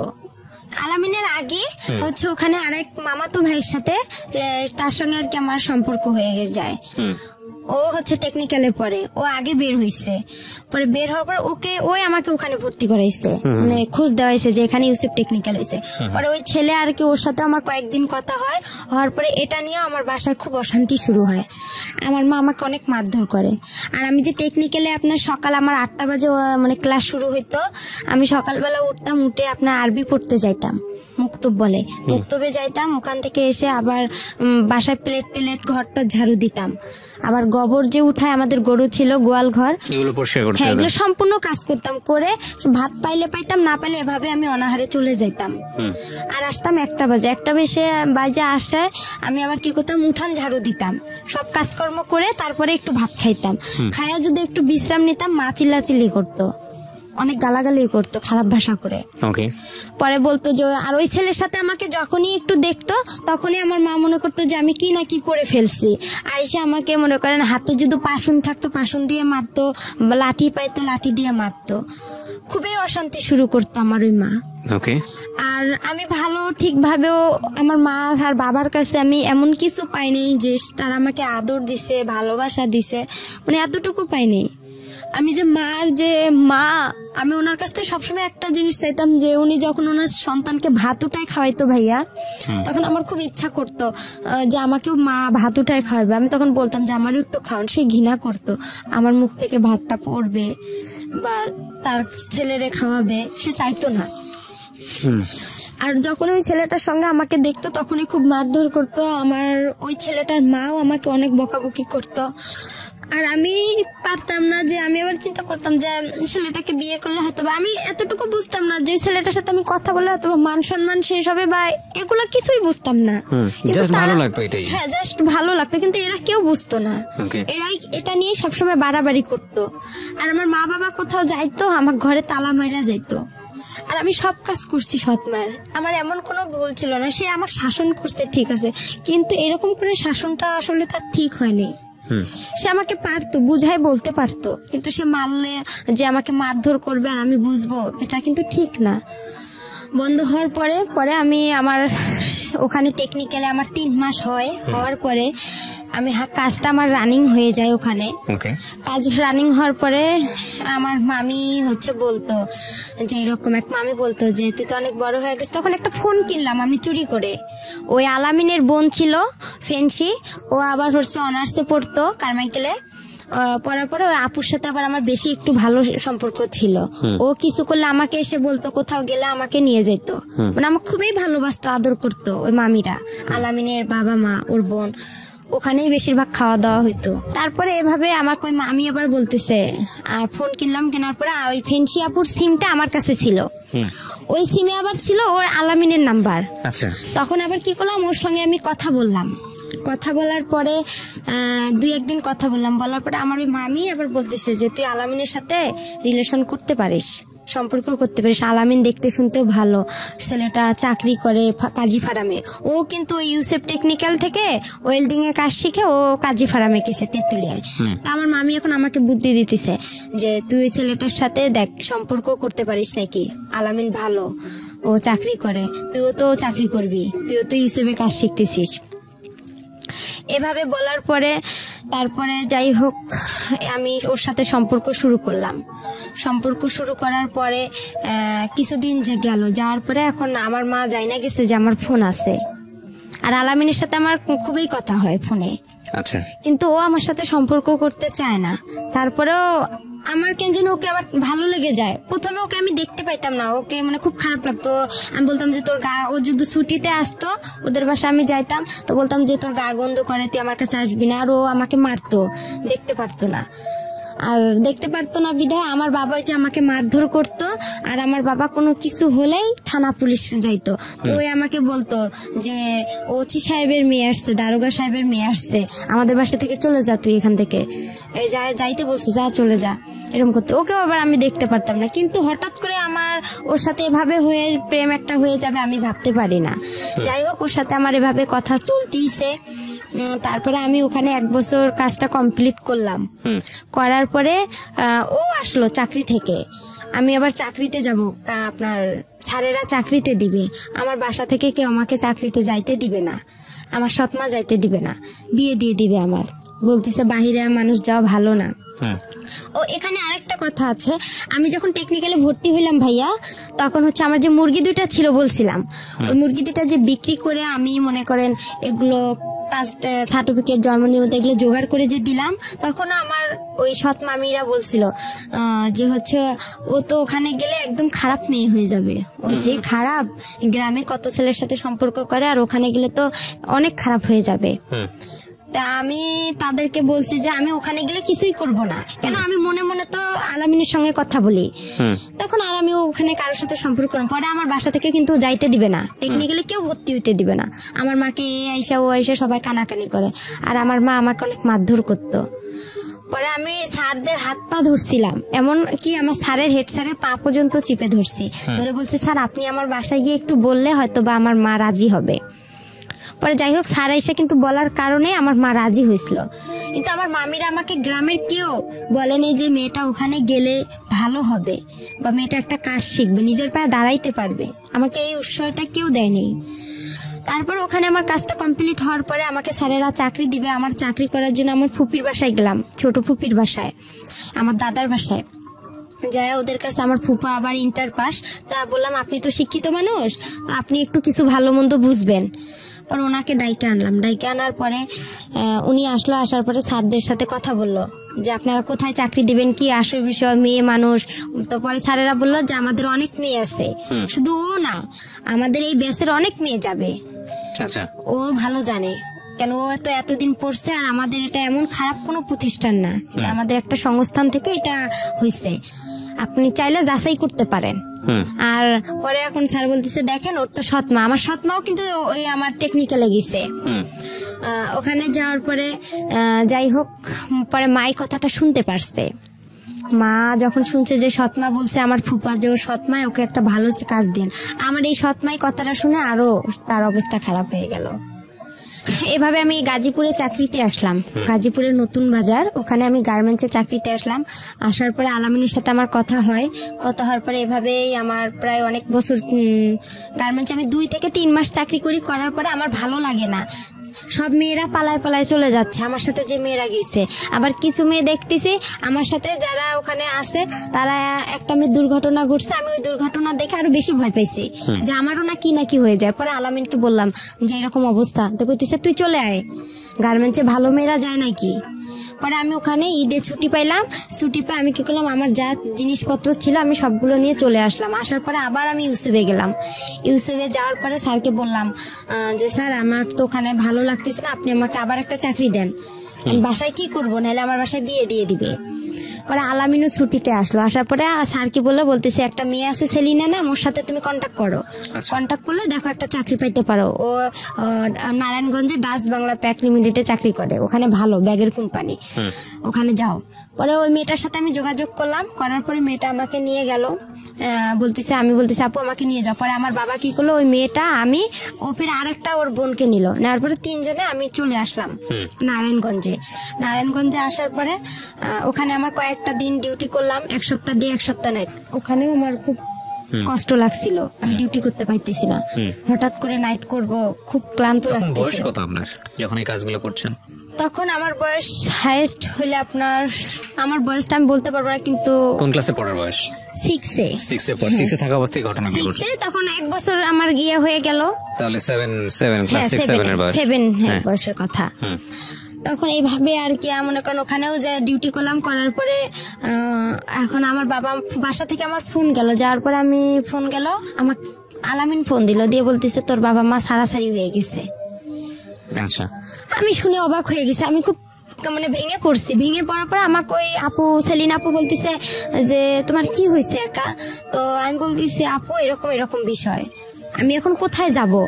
আমি তাকে পুরো ঘটনাগুলো বললাম, তা সেও কষ্ট পাইতেছে, বলছে আচ্ছা তুমি কোনো টেনশন করো না, আমার বাসা আছে, তুমি এখানে চাকরি করতে থাকো। পরে আমি টেনশনে চাকরি করতে পারি না, আর আলামিনের সঙ্গে আমি দিন রাত কথা বলি, মানে রাতের 8টা বাজে যদি ওর সাথে আমি কথা ধরি, আপনার দেখা যায় যে আমি ভোর 6টা পর্যন্ত ওর সাথে কথা বলতাম। আর কিন্তু ডিউটিতে যাইতে পারতাম না, পালায় পালায় থাকতাম, আমি ডিউটি করতে পারতাম না। আবার ওই হোটেলের যে খাবার আমাদেরকে কোয়ার্টার দিছিল, মেসের আন্টিদের খাবার আমি খাইতে পারতাম না, বাহির থেকে যে খাবার কিনে আনবো, আয়না ঘরে রাখতাম, রান্না করতে পারতাম না, সিরিয়াল দেওয়া লাগতো। যাই হোক, এভাবে করে আমার ওখানে 1 বছর চলে গেল। কিন্তু ওখানে আমি কারোর সঙ্গে রিলেশন করলাম না। আমাকে অনেক ছেলে প্রপোজ করলো যে তুমি বিয়ে করো, বা স্যারেরাও খুব হেল্প করছিল যে আমরাই তোমাকে বিয়ে দিব। পরে আমি বলছি না আমার বিয়ে হয়ে গেছে, আমি মিথ্যা কথা বলছি যে আমার বিয়ে হয়ে গেছে এরকম। ওই ছেলে এখানে ও টেকনিক্যাল থেকে পাশ করে ওয়েল্ডিং থেকে আপনার কাজী ফার্মেও চাকরি করে, আমি সম্ভব না। পরে আমি এভাবে ডিউটি করতে পারি না। পরে আলামিনের সঙ্গে কিন্তু আমার মানে চুপে চাপে দেখা হয়। ও আসে রংপুরে, আমিও রংপুরে যাই আমার বান্ধবীর বাসায়, ওখান থেকে ওর সঙ্গে দেখা হয়। এভাবে দেখা হওয়ার পরে পরে ওর সঙ্গে আমার প্রায় 2-3 বছর চলে গেল। 2-3 বছর চলে যাওয়ার পরে ওকে আমি বললাম যে আমাকে বিয়ে করো। তো বলতেছে যে বয়স, এই বয়সে আমাদের বিয়ে হবে না। তখন আমি বললাম যে এই বয়সে বিয়ে হবে না, তাহলে তোমার কি প্রেমের বয়স হয়েছে? প্রেম করতে বলছে হ্যাঁ আমার প্রেমের বয়স হয়েছে, আমার বিয়ের বয়স হয়নি। তখন ওই মেসের আপুরা যারা বড় আপু ছিল সবাই আমাকে বলতেছে যে দেখো একা, তোমার হচ্ছে ওই ছেলে তোমাকে কখনোই বিয়ে করবে না। তারপরে যাই হোক এভাবেই চলে গেল। পরে আমি আবার রংপুরে চলে আসলাম। ওই ছেলে আলামিন আমাকে মেসে থাকার জন্য টাকা দিল, আমি লালবাগে মেসে উঠলাম। ডাইরেক্ট রংপুর থেকে সেলিনা আপু, যে আপু আমাকে নারায়ণগঞ্জে নিয়ে গেছে, ওই আপুর বাসায় আসলাম। আসার পরে ওখান থেকে ওর খালাকে, আবার ওর খালা মেসের বুয়া ছিল, পরে ওই বুয়াকে বললো যে খালা দেখেন এই মেয়েটাকে মেসে উঠানো যায় নাকি, মেসের লোক আমাকে নিবে না। মালিক বলতেছে মেয়ে তো পড়াশোনা করে না, আর আমাদের এখানে যারা পড়াশোনা করে তার ভার্সিটির মেয়েরা এখানে হোস্টেলে থাকে, এ কিভাবে থাকবে, আর এর টাকা কে দিবে? পরে খালা আবার বলতেছে দেখেন ওই মেয়ের বিয়ে হয়ে গেছে, শ্বশুর বাসা থেকে মেনে নিচ্ছে না, আপনি দেখেন একটু। পরে যাই হোক উনি আমাকে উঠাইলো। উঠার পরে 2-3 মাস আমাকে আলামিন মেসের সিট ভাড়া দিল, আমার খাওয়া খরচ দিল। পাশে আবার ওখানে থাকতে থাকতে পাশের রুম লাবণী আপু আছে, লাবণী আপুর সাথে আমার খুব পরিচিত, উনি আবার রোকেয়া ভার্সিটিতে পড়ে। পরে আপুকে সব কথা বললাম। পরে আপু বলতেছে এই ছেলে তোমাকে কখনোই বিয়ে করবে না, ও একটা ফালতু ছেলে, তুমি এসব বাদ দাও। পরে আমার কাছে একটা টাচ ফোন ছিল, ওই ফোনে ওর সাথে কথা। পরে কিছুদিন ওর সাথে আমি কথা বন্ধ রাখি। ও আমাকে লাস্ট টাকা দিয়ে গেছে মেসের ভাড়া, দিয়েও আমার আর ফোন ধরে না। ওকে বলছিলাম যে তুমি আসো রাজবাড়িতে, আমি দেখা করব, আমার ভালো লাগতেছে না, আর একা একা থাকি, আরো খারাপ লাগে। সব আপুরা চলে যায়, আমি মেসে একাই থাকতাম ভাইয়া। পরে ওকে ডাকলাম, ও আসে না, ও ফোন বন্ধ করে রাখছে। পরে ওর খালাতো বোনের কথা বলে, দেখছো মরিয়ম অনেক ভালো, আমার ভাত উঠায় খাওয়ায়, এটা খাওয়ায় ওটা খাওয়ায় অনেক। পরে এইভাবেই ওর সাথে আমার, ওর বন্ধুকে বলা হয় সব কথা যে ও এরকম করতেছে কেন, ও আমার সাথে কেউ আমাকে বিয়ে করবে কি করবে না। এর ভিতরে আমি কাজী অফিসেও গেছিলাম যে বিয়ের খরচ কত টাকা লাগবে বা কি বিষয়। তারপরে ও আমার ফোন বন্ধ করে রাখছিল, ওর সিমটা একদম বন্ধ করে রাখছিল বা চেঞ্জ করছিল। এরপরে ওর কথা হয় না। পরে লাবণী আপু কি করলো, ওখান থেকে আমাকে আরেকটা মেসেজ দিল, ওই মেসেজ সিট ভাড়া বেশি। পরে বলতেছে তুমি এই মেসেজ সিট ভাড়া কম আছে, ওখানে যা 2-1 মাস থাকে, পরে চাকরি একটা খুঁজা যে কোনো একটা দেখা যায় পার্লারের কাজ পাইলে তোমার আর কোনো সমস্যা নাই। পরে মেসে গেলাম, ওই মেসেও আর আমাকে নিচ্ছে না, বলতেছে তোমার বাসা কই কি কই। পরে আমি ঠিকানা দিলাম, আমার বাসা নীলফামারী, আমি হচ্ছে মডেলে পড়ি। এই ঠিকানা অনুযায়ী আমি ওখানে থাকলাম। থাকার পরে 1 মাসও থাকলাম না। থাকার পরে লাবণী আপুর সাথে আবার যোগাযোগ করলাম যে আপু দেখেন। পরে পার্লারের কাজের জন্য লাবণী আপু, আমি আর একটা আপু, হাসি আপু ছিল, 3 জনেই ওরা আমার একটা চাকরির জন্য খুব চেষ্টা করলো। পরে সারাদিন হাঁটাহাঁটি করলাম, কোনো পার্লারে নিচ্ছে না আমাকে, আমি কাজ জানি না, আর ছোট মানুষ, বলতেছে ও কি কাজ পাবে, এ বয়সেও কাজ পাবে না। পরে এই কথা বলার পরে আমি আবার কি করলাম, ওরা লাবণী আপু বলতেছে একটা পাইলাম, পার্লারে একটা কাজ পাইলাম, ওনার নাকি মেয়ে নাই। তো বলতেছে আমারও তো মেয়ে নাই, আর আমি যে মেয়ে পার্লারে কাজ করে উনিও ধর্ম মেয়ে ওনার। তো বলতেছে আচ্ছা ওই মেয়ে আবার আমাকে নিবে না, যার পার্লার সে আমাকে নিবে না। বলতেছে না আমি তোমাকে নিব না। প্রথমে বলছে নিবে, তারপরে বলতেছে যে না নিবে না। পরে এখন আমি যে বলছে নিবে, তে আমি কি করলাম, তাড়াতাড়ি করে মেসে গেলাম, গিয়ে আমার যে বালিশ খেতা ছিল, কাপড় চোপড় ছিল, আমি ওগুলা নিয়ে রিক্সা নিয়ে তাড়াতাড়ি করে ওনার বাসা রওনা দিলাম। লাবণী আপু বলতেছে আচ্ছা তুমি দ্রুত চলে আসো, যখন না নিবে ওরা তো তোমাকে বের করে দিতে পারবে না, ওখানেই থাকবা তুমি। পরে আমি চলে আসলাম, হাফ রাস্তায় আসছে, ওই আপু আমাকে ফোন দিছে, দিয়ে বলতেছে যে না তুমি আইসো না, তোমাকে আমি নিব না, আমার লোক আসছে। পরে আমি বলছি আপু আমি তো বাসায় আপনার এসে গেছি, লালবাগ রেলগেটে ওনার বাসা। পরে আমি ওনার বাসা আসলাম, ওনার বাবা মা খুব ভালোবাসলো আমাকে, বলতেছে আমাদের মেয়ে নেই, একটা মেয়ে তুমি আর একটা মেয়ে, আমাদের 2টা মেয়ে হয়ে গেল এখন। এভাবে বলার পরে ওখানে 2-3 দিন আমি পার্লারে, উনি আমাকে মানে কাস্টমার আসে ওদের আমি একটু খেয়াল রাখি, কাজ করি, ঝাড়ু টাড়ু দেই। এভাবে যাওয়ার পরে রাতে একদিন আলামিন আমাকে ফোন দেওয়ার পরে বলতেছে তুমি কি মরো নেই? তা আমি বলছি আমি তো বিষ খাইতে ধরছিলাম, আমি মিথ্যা কথা বলছি যে আমি বিষ খাইছিলাম, এরকম অনেক পুলিশ টুলিশ আসছিল, আমি তোমার নাম বলে দিছি। ওকে আর কি এভাবে বলছি। ওই আমার পাশে যে ওই আপুর ফির একটা মেয়ে শুয়েছিল, ও আবার কি অনেক রাতে কথা বলছে, 12টা-1টার দিক দিয়ে ওই কথাগুলো সম্পূর্ণ শুনে ফেলে সকালবেলা ওদেরকে বলে দেয়। তারপরে ওরা আমাকে আর রাখবে না বলছে। তখন আমি কি করলাম, লাবণী আপুর কাছে গেলাম। ওরাও ভয় পাইছে যে ওর যেহেতু ওখানে জায়গা হচ্ছে না, ও তো আমাদের কাছেই চলে আসবে। পরে আপুরা আর আমার ফোন ধরে না, আমি মেসে গেলাম, যার পরে বললাম সবকিছু। বলতেছে তুমি বাসায় চলে যাও, তোমার বাসায় চলে যাও। পরে ওখান থেকে আমি বাসায় চলে আসলাম, আমার মার কাছে আসলাম। আমার মার আবার কি করছে, আবার ওরা একসঙ্গে হয়েছে। এর মাঝে যে ছাড়াছাড়ি হয়েছে, হওয়ার পরে তারা আবার একসঙ্গে হয়েছে, আমি কিন্তু জানি না। কিন্তু তাদের সাথে আমার 2-1 দিন কথা হয়েছে।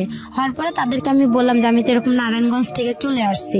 প্রথমে জিজ্ঞাসা করে তুমি কতগুলো টাকা ইনকাম করছো? আমার বাবা আর আমার মা জিজ্ঞাসা করে। তো আমি কই আমি তো অসুস্থ ছিলাম, আমি পারিনি ইনকাম করতে। তখন আমার মা কয় আমার ভাইয়ের ছেলের সাথেই তো সারাদিন কথা বলো, তো ইনকাম করবা কই থেকে? তখন আমি বললাম আমি অনেক অসুস্থ, আমি বাসায় যাব। পরে তারা বলতেছে আচ্ছা ঠিক আছে আসো। পরে যাই হোক আমি বাসায় আসলাম। আসার পরে আবার আমাকে ঢাকায় পাঠানো হইলো গার্মেন্টসে।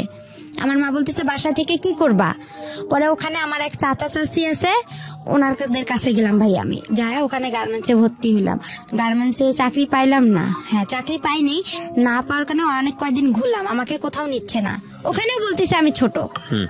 ওখানে আবার কয়েকদিন থাকলাম, থাকার পরে ওখানেও এক ছেলেকে পছন্দ করলাম, যে আলামিন তো আমার সাথে সম্পর্কই করতেছে না।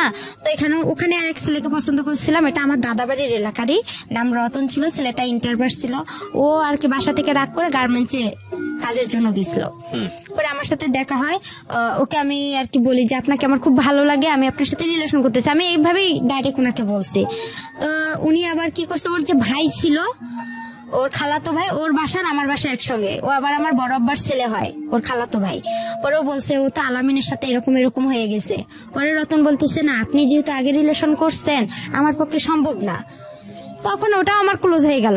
পরে আমি চাকরি পাইতেছি না। পরে আমার কি ওই যে চাচা চাচির কাছে আমি থাকি, ওনারা আবার কি করলো, আমাকে ওই যে চাচার কাছে আমি প্রথমে গেছি, সে চাচা আমাকে রাতের বেলা, আমি তো চাকরি পাইনি, ওনার মেয়ে আছে, ওয়াইফ নাই, ওয়াইফ ছাইরা দিছে। মেয়েটা আমার সাথে একটু বড় হবে, 1 বছর, ও গার্মেন্টসের চাকরি পেয়েছে। ওর বাবা হঠাৎ করে রাতের বেলা মেয়েটা ঘুমাইছে, উনি আইসা হাত দিতে চাচ্ছে মানে মুখে, মনে করছে আমি অনেক ঘুমাই গেছি, কিন্তু আমি তো ঘুমাইনি। তখন আবার আমি ফেসবুকও চালাইতাম হালকা পাতলা, অতটা বুঝতাম না, মেসেঞ্জার করতাম বা নাটক দেখতাম। পরে আমি ওখান থেকে বাসায় ফোন দিলাম রাতেই যে বাবা এরকম উনি এরকম করতেছে চাচা। পরে কি করলো, ওখান থেকে আমাকে আরেক চাচার বাসায় পাঠানো হইলো। পরে বলতেছে দেখেন আমার মেয়েটাকে নেন, ওকে একটা চাকরি দেন, গার্মেন্টসের চাকরি। পরে ওখানে থাকলাম, এই রতনের সাথে যে সম্পর্ক করতে চাইছিলাম, এটা আর কি আমার চাচা চাচি জানাই গেছে, বলতেছে এই মেয়ে তো বেয়াদব। আর আমি কথা বলি ফোনে বেশি, আমার ফোনে তখন অনেক রং নাম্বার আসছিল, তো আমি কথা বলতাম। পরে আমার চাচা চাচি ওটা পছন্দ করতো না। পরে আমাকে কি করলো, ওখান থেকে ওরা বাসায় পাঠার কথা বলছিল। পরে আমি ওখানে পেপারে দেখলাম কাজী ফার্মে নিয়োগ দিছে। পরে আবার আমি ওদেরকে বললাম যে এরকম চাচি কাজী ফার্মে নিয়োগ দিছে, আমি এই চাকরিটা অনেকদিন ধরে করতে চাই, আমার খুব ইচ্ছা, এখানে নাকি অনেক স্যালারিও দেয় ভালো, কাজও কম। পরে যাই হোক ওখান থেকে এখন বাসায় আসবো, টাকা নাই গাড়ি ভাড়ার। পরে আলামিনকে ফোন দিছি যে আমি এরকম অবস্থায় আছি, আমার কিছু টাকা দেবো। আবার আমাকে 1500 টাকা দিছে। ওই টাকা দিয়ে আমার চাচা সহ আমরা বাসায় চলে আসলাম। বাসায় আসার পরে আমার মা বাবা অনেক অস্থির হয়ে গেছে, মানে আমাকে মারবে না ওরা কি করবে, মানে ওরা বুঝে উঠতে পারতেছে না। পরে কিছুদিন যাওয়ার পরে একটা আমি আপনার কাজী ফার্মে বললাম যে এরকম নিয়োগ আসছে। আমার চাচাকে আবার বললাম যে চাচা যাই হয়েছে, আমি রতনের সাথে যেটাই করছি, বা আপনার আমি হাত জোর করে আপনি বাসায় যায় মা বাবাকে একটু বুঝা বলেন আমাকে যাতে একটু পরীক্ষাটা দিতে দেয়। আমার একটা ছাগল ছিল, ওই নারায়ণগঞ্জে যখন আমি আসলাম না ওখান থেকে ঢাকা থেকে, তখন ওই যে আলামিন যে আমাকে মেসেজ যে টাকাটা দিছিল, ওখানে আমার কিছু টাকা ছিল, ওইটার আমার একটা নাকের নথ ছিল, ওই নথটা বিক্রি করে আমি একটা ছাগল কিনছিলাম। তো এই ছাগলটা ছোট ছিল, অনেক বেশ বড় হয়ে গেছে, 5000-6000 টাকা হবে। পরে এখন আমি যে ফার্মে পরীক্ষা দিতে যাবো, আমাদের কাছে কিন্তু কোনো টাকা নাই। আমার মা আবার আসলো রংপুরে আমার নানার বাসায় বেড়াইতে। যাই হোক ওখানে আসলো, আসার পরে আমার বাবা আর আমি কি করলাম, পরীক্ষা দেওয়ার জন্য আমরা যাবো কুড়িগ্রামে।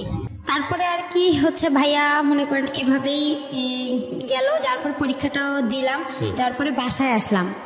বাসায় আসার পরে আমার ওই বাসায় রাজমিস্ত্রি এক কাজ করে আমার চাচার বাসায়, ছেলের বিয়ে হয়ে গেছে।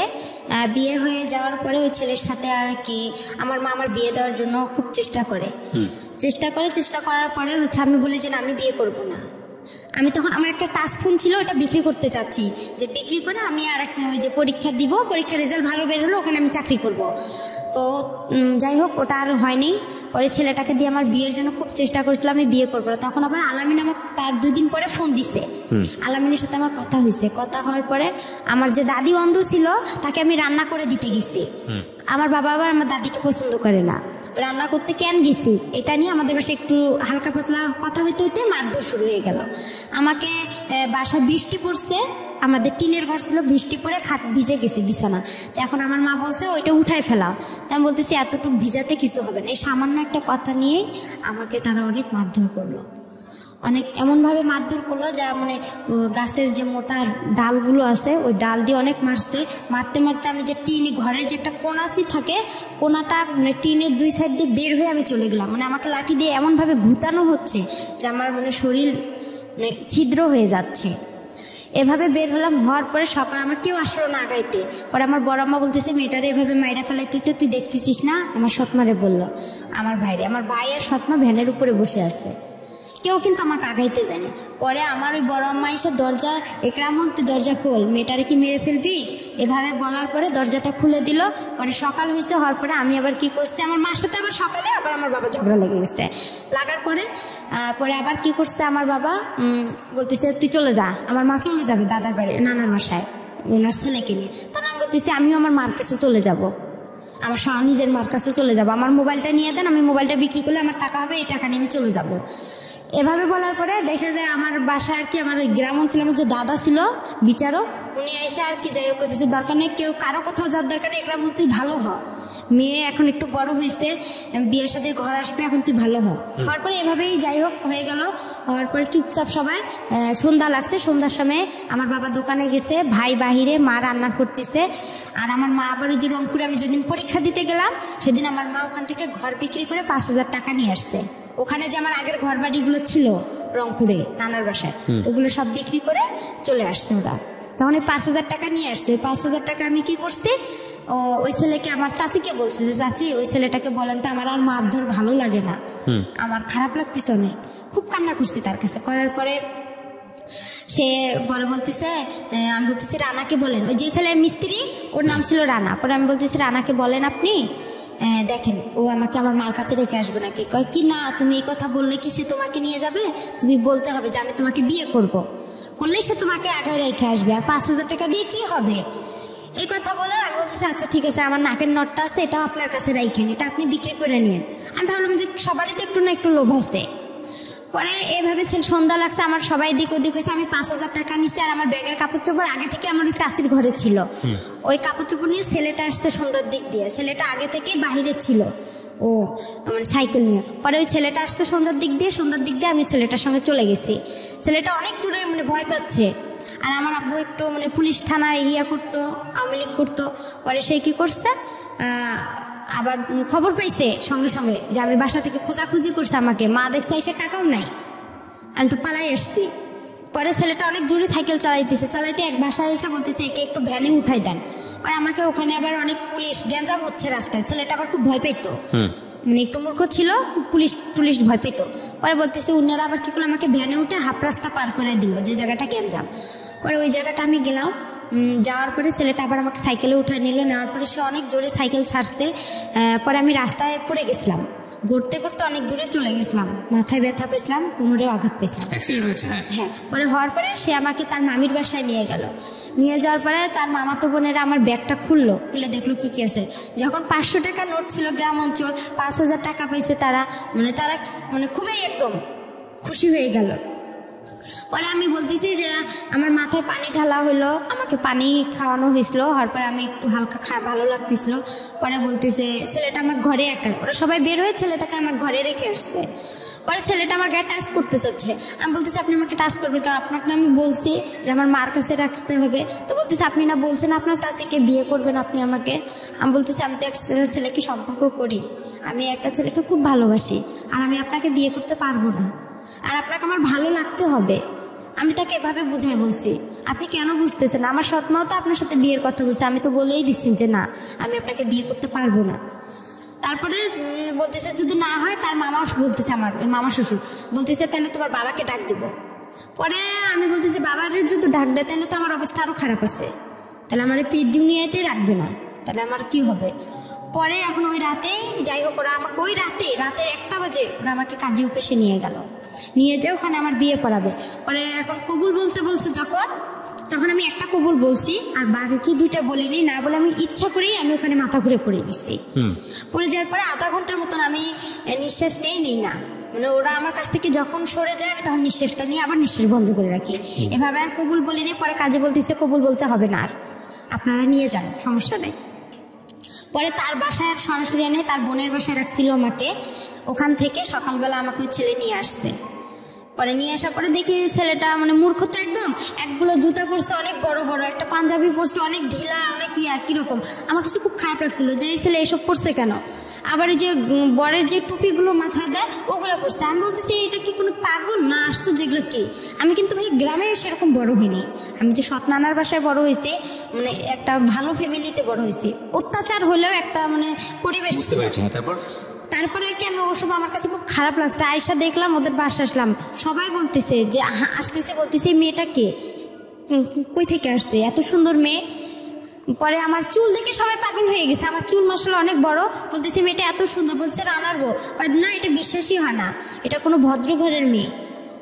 এর তো গেট আপ দেখে একটা ছেলে বলতেছে, গেট আপ দেখে বোঝা যায় না, ছেলেটা শিক্ষিত ছিল। বলতেছে আপু কই থেকে আসছেন, তা আমি বলতেছি যে আমি রানার বউ। পরে বিশ্বাস করে না কেউ। পরে যাই হোক ওনার বাসায় আসে দেখি ওনার বাসা বিয়ে কিছু নাই, শুধু একটা চৌকি ছিল, একটা টেবিল ছিল। আর আমার মা সৎমা বলছিল তারা অনেক বড় লোক ছিল, তারা সেই রকম ফ্যামিলি। পরে যাই হোক এভাবে যাওয়ার পরে তার সাথে আমার 5-6 দিন, কিন্তু তাকে যে আমি টাচ করতে দেইনি। আমি এখানে একটা কথা বলি আপনাকে, এই ছেলেটার নাম ছিল রানা। জি। এর সঙ্গে বিয়েটা দিল কে তাহলে আপনার? এই আমি যে তার মামার বাসায় আসলাম, পালায় যে তার সঙ্গে আসলাম, তার মামার বাসায় উঠলাম, তারা যে আমার পরিচয়টা কিভাবে হয়েছিল রানার সঙ্গে? পরিচয়টা হয়েছিল আমাদের বাসার পাশে যে চাচার বাসা, সে ওনার সঙ্গে পালিয়েছিলেন কেন? পালিয়েছিলাম ওই যে বাবা যে মারধর করলো আমাকে, মারধর করলো, তখন আমি আর খুব চিন্তা করলাম যে এত মার খাইছে, আমি আমার মার কাছে চলে যাব।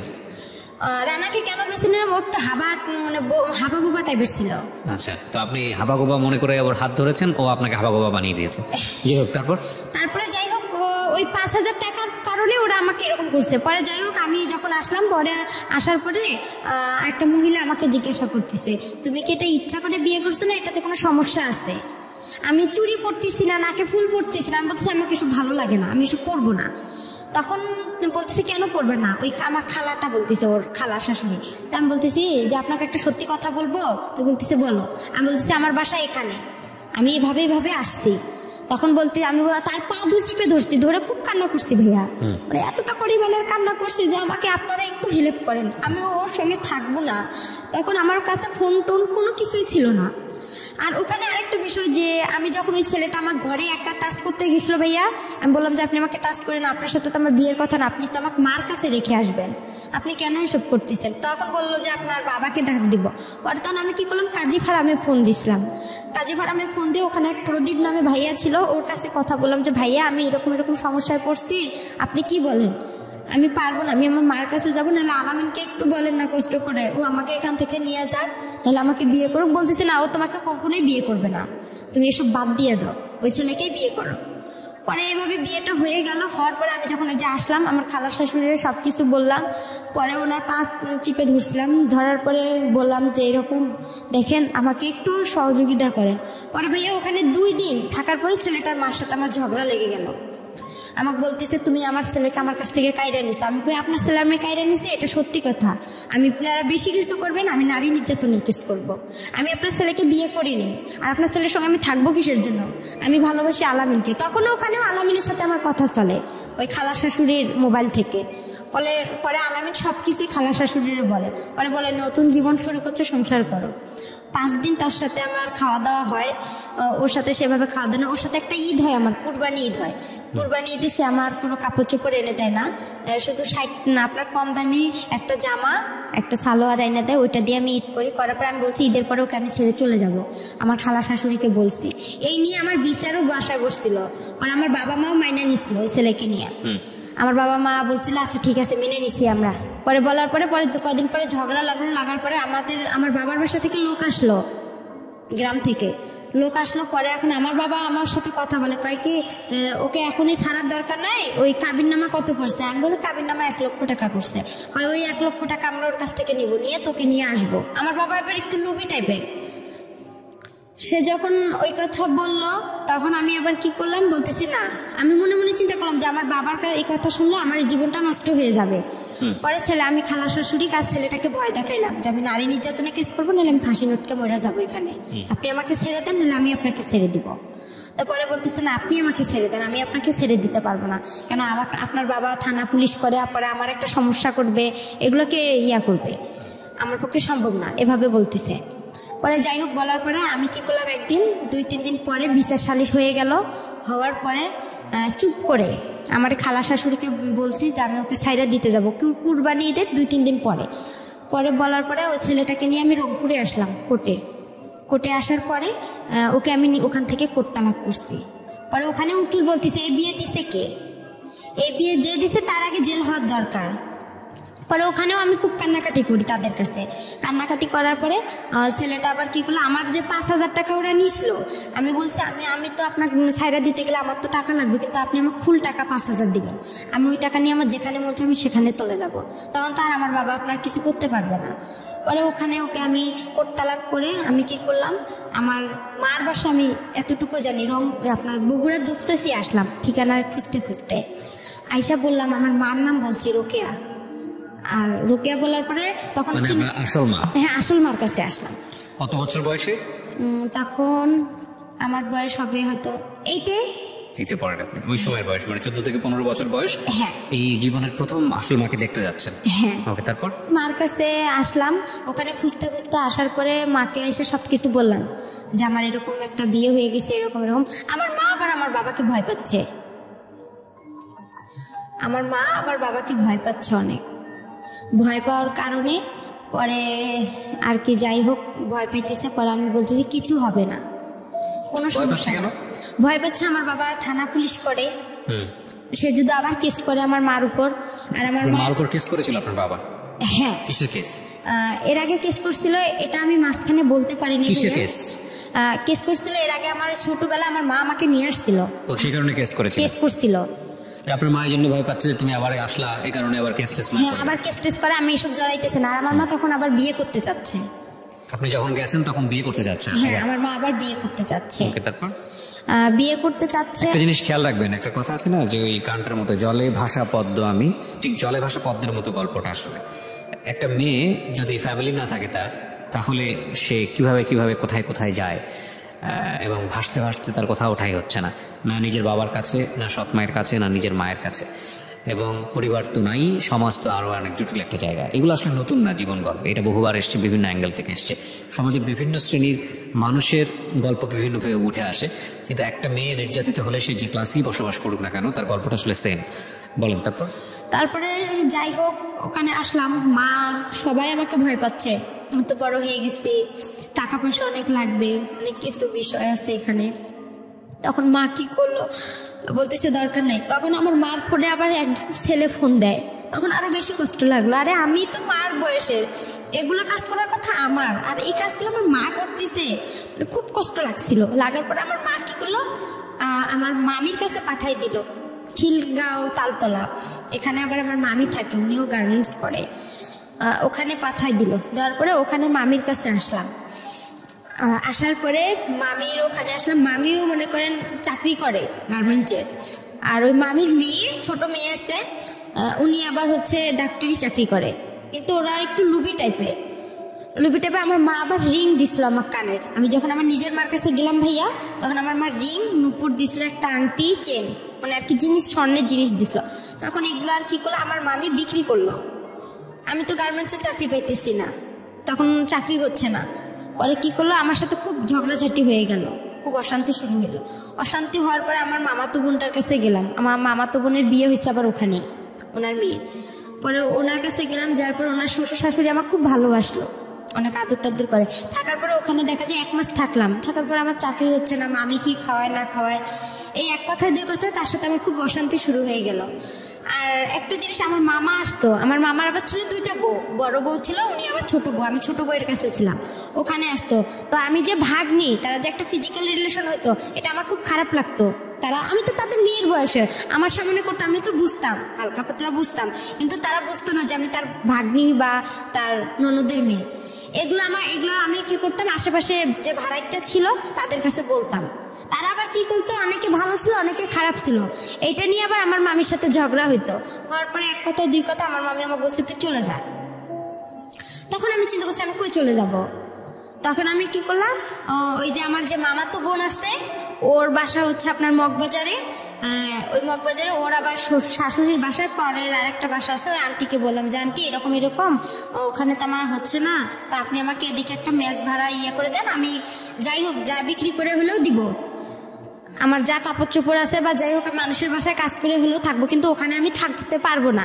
আর আমার মামির মানে কিছু রং ছিল। তারপরে যাই হোক এভাবে আমি ওখান থেকে ওখানে আরেকটা বাসায় আসলাম। আসার পরে ওখানে আর আমি কি বিদেশ যে মানুষ পাঠায়, বিদেশ বাসা পাইলাম, মামির বাসা থেকে আরেক মেসে আসলাম। ওই মহিলা আবার আমাকে নিবেন, ওখানে আমার মামাতো বোন আমাকে অনেক মারছিল, মারার পরে ওখানে আসলাম। আসার পরে আর কি যাই হোক ওখান থেকে আমি গার্মেন্টসের চাকরি পাইলাম। পাওয়ার পরে আবার আমি কি বিদেশে যে মহিলাদেরকে পাঠায় মেয়েদেরকে, তা আমি এতটা বুঝতাম না। পরে ওখান থেকে মানুষের খুঁজে পাইলাম যে মেয়েদেরকে বিদেশে পাঠায় আপনার ডান্সের জন্য। তো আমি আবার ডান্স পারি, তা আমি ভাবলাম যে আমি যেহেতু ডান্সে যাই দুবাইয়ে, তাহলে তো আমি ভালো টাকা ইনকাম করতে পারবো, আমি তো ডান্স পারি। পরে ওই বাসায়, আমি যে বাসা থেকে ওই বাসায় আন্টি বলতেছে যে তুমি খারাপ জায়গায় যাবা, আমার বাসা থেকে এখনই চলে যাও, বের হয়ে যাও।